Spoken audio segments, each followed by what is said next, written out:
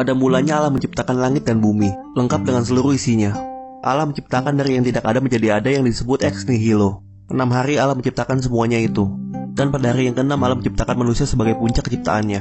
Sejak itu Allah memberikan sebuah perjanjian kerja pada manusia, yaitu untuk berkuasa atas segala yang ada yang telah diciptakan Allah. Dan Allah pun menguji manusia pertama dengan sebuah ujian. Jika manusia taat, manusia mendapatkan hak atas surga yang seutuhnya. Namun jika tidak taat, manusia mendapatkan hukuman kekal. Ujiannya adalah mereka boleh memakan buah dari pohon mana saja yang ada di Taman Eden, kecuali buah pengetahuan tentang yang baik dan yang jahat. Karena jika mereka memakannya, manusia akan mati. Karena ketidaktaatannya, akhirnya manusia gagal dalam ujian.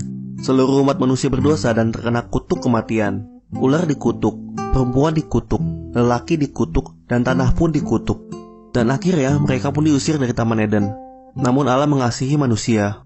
Sejak itulah Ia menjanjikan juru selamat yang akan datang melalui benih perempuan di Kejadian 3 ayat 15. Di luar Taman Eden, Adam dan Hawa mendapatkan keturunan mulai dari Kain, Habel, dan Set yang menggantikan Habel yang telah dibunuh oleh Kain.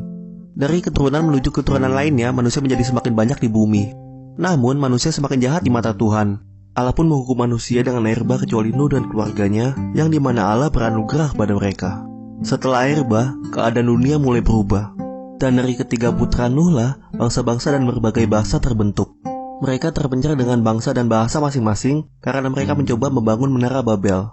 Yafet adalah awal dari bangsa Eropa atau Barat, Ham adalah awal dari bangsa Afrika, dan Sem adalah orang-orang timur termasuk Israel.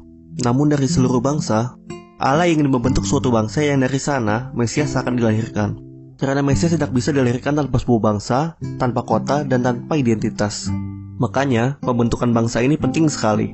Namun untuk menjadi bangsa, setidaknya ada 3 hal yang diperlukan. Rakyat, hukum atau undang-undang, dan tanah atau wilayah. Dan perjanjian lama menjelaskan bagaimana semua hal ini dapat tergenapi. Kitab Kejadian dan awal kitab Keluaran menjelaskan bagaimana rakyat terbentuk. Bangsa itu dimulai dari bapa bernama Abram yang kemudian menjadi Abraham.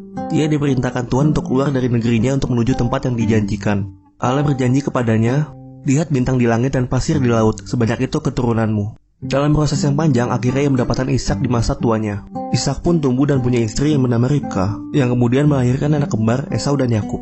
Yakub yang dipilih oleh Tuhan bukan Esau kakaknya untuk menjadi bapa dari 12 putra. Nama Yakub pun berganti nama menjadi Israel, yang artinya Pangeran Allah.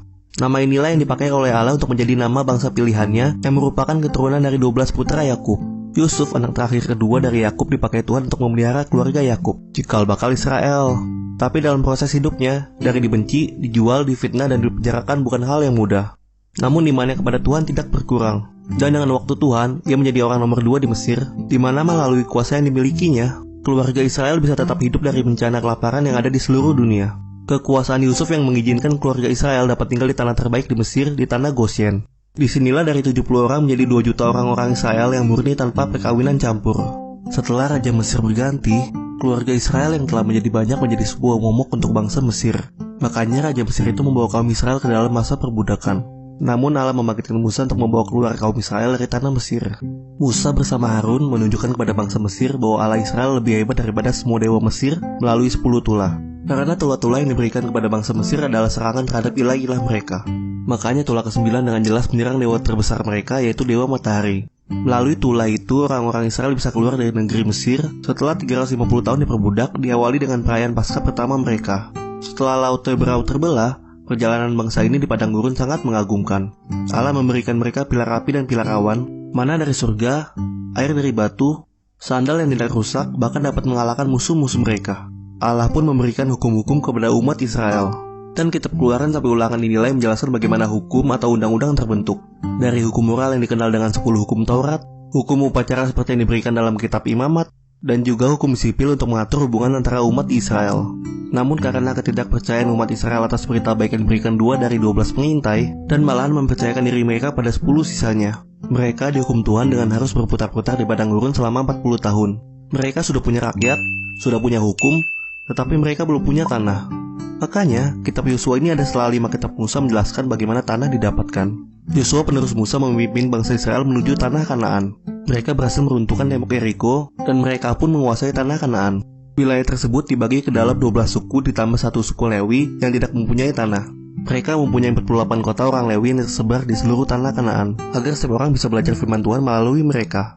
Namun setelah beberapa tahun Yosua meninggal, bangsa Israel menjadi bangsa yang melakukan hal yang jahat di mata Allah. Ini adalah periode hakim-hakim yang mempunyai kurun waktu 300 tahun. Periode ini selalu terjadi hal yang sama. Seperti sebuah siklus, bangsa Israel berdosa. Tuhan mengirimkan musuh untuk menghukum mereka. Mereka berteriak dan bertobat, lalu Tuhan mengirimkan hakim untuk menyelamatkan mereka. Masa ini terus-menerus terulang sampai akhirnya Samuel datang menjadi hakim terakhir dan nabi pertama bangsa Israel. Setelah beberapa waktu, rakyat Israel datang pada Samuel meminta seorang raja. Dalam hal ini Samuel telah menjelaskan bahwa mereka memiliki Tuhan sebagai raja mereka. Tetapi bangsa ini bersikuku yang seperti bangsa-bangsa lain yang mempunyai raja manusia. Walaupun konsekuensinya raja manusia akan menuntut pajak, mengambil anak-anak mereka menjadi budak, atau mereka harus ikut perang. Tetapi Allah mengizinkan mereka mempunyai seorang raja manusia. Maka raja pertama Israel adalah Saul. Namun Saul bukan raja yang baik untuk memimpin bangsa Israel. Dan Allah pun membangkitkan Daud, seorang gembala yang berhasil mengalahkan Goliat untuk menggantikan Saul. Di masa akhir pemerintahannya, Raja Daud ingin membuatkan bait untuk Allah, karena kemah Allah yang telah ditetapkan di masa Musa hanya sebuah kain saja, sedangkan ia ingin membuatnya lebih baik. Walaupun begitu, Allah tidak mengizinkannya untuk membangun bait Allah, melainkan putranya Salomo karena tangan Raja Daud penuh darah. Setelah Raja Daud mempersiapkan segala bahannya, maka putranya Raja Salomo, manusia paling bijaksana di bumi, penulis kitab Amsal, Pengkhotbah, dan Kidung Agung, membangun bait Allah untuk pertama kalinya. Namun hidup Salomo hancur karena terbawa oleh istri-istrinya untuk menyembah berhala. Walaupun akhirnya ia bertobat di masa tuanya dengan menulis kitab Pengkhotbah. Hal inilah yang membuat kerajaan Israel terpecah menjadi dua. Kerajaan yang dipimpin oleh Yeroboam disebut Kerajaan Utara atau Israel. Kerajaan ini terdiri dari 10 suku Israel. Sedangkan kerajaan yang dipimpin oleh Rehoboam disebut Kerajaan Selatan atau Yehuda. Kerajaan ini hanya terdiri dari 2 suku yaitu Yehuda dan Benyamin. Raja-raja Kerajaan Utara tidak ada satupun yang baik. Mereka digambarkan Alkitab sebagai raja yang jahat di mata Tuhan. Mereka mengikuti dosa Yeroboam yang menyembah kepada patung lembu emas. Meski diingatkan oleh banyak nabi-nabi seperti Amos dan Hosea akan kehancuran Samaria, ibu kota Kerajaan Utara, mereka tidak mau bertobat. Maka akhirnya pada tahun 712 sebelum Masehi, Kerajaan Utara hancur oleh bangsa Asyur. Berbeda dengan Kerajaan Utara, Kerajaan Selatan mempunyai beberapa raja yang baik, seperti Yosia dan Hizkia. Namun dosa-dosa raja-raja terakhir tidak bisa membatalkan kehendak Tuhan. Meskipun diingatkan oleh beberapa nabi seperti Yoel, Mika, Yesaya, Zefanya, Habakuk, dan Yeremia mengenai kehancuran negeri ini, beberapa raja tidak mendengar. Bangsa ini selama 3 periode mengalami masa pembuangan. Pada tahun 605 sebelum Masehi di mana Daniel dan kawan-kawan dibuang ke Babel. Pada tahun 597 rombongan Yeskel dibuang ke Babel. Dan akhirnya Yerusalem hancur pada tahun 586 sebelum Masehi oleh kerajaan Babel yang disaksikan Yeremia saat menulis kitab Ratapan. Inilah yang dijelaskan kitab 1 Raja-Raja sampai 2 Tawarik. Namun Allah mengingat janjinya. Setelah masa 70 tahun, mereka akhirnya dikembalikan ke negeri asalnya, ke tanah perjanjian. Pada tahun 536 sebelum Masehi, Zerubabel memimpin 49.897 orang untuk kembali.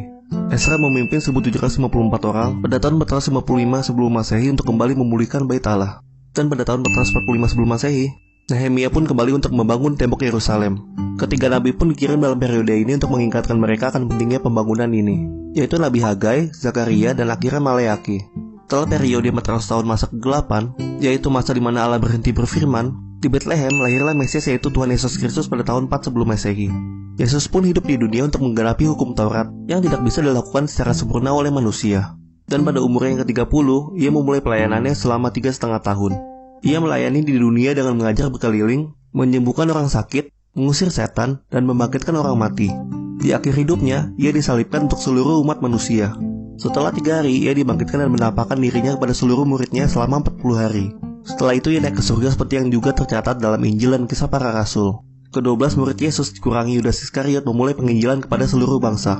Petrus memimpin rasul lainnya untuk menyerukan nama Yesus mulai dari Yerusalem, Yudea, Samaria, sampai ke ujung bumi, yang diawali dari rumah seorang kafir yang bernama Cornelius.